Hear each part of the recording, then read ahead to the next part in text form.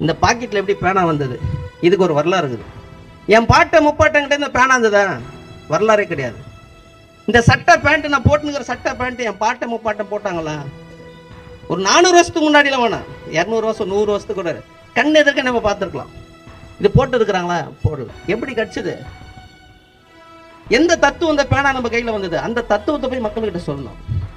நீங்கள் எங்கள் வீட்டில் 10 பேர் குடும்பத்தில் முதல்ல என்ன, இந்த பேனா கைக்கு வந்த பிறகு ஒரு பேங்க் எக்ஸாம் போய் எழுதுறாரு. எக்ஸாம் பேங்க்கில் செலெக்ஷன் ஆகிட்டார். ஒருத்தர் கவர்மெண்ட்டு சென்ட்ரல் கவர்மெண்ட்டில் வேலைக்கு போனார். 10 பேர் சோறு போட முடிஞ்சது. 10 பேரில் 3 பேர் படிக்க வச்சு வேலைக்கு அனுப்ப முடிஞ்சது. 10 கல்யாணம் பண்ண முடிஞ்சது. இந்த மாற்றம் யாரால வந்தது? இந்த பேனா யாரால வந்தது? இந்த பேங்க் எக்ஸாம் எழுதி ரிசர்வேஷன் யாரால வந்தது? இந்த வேலை வாய்ப்பு யாரால வந்தது? இந்த 10 பேருடைய பர்சனாலிட்டி யாரால வந்ததுன்னா பாபா அம்பேத்கரால் வந்தது. அந்த தத்துவம் தான் போய் மக்கள்கிட்ட சொல்லணும்.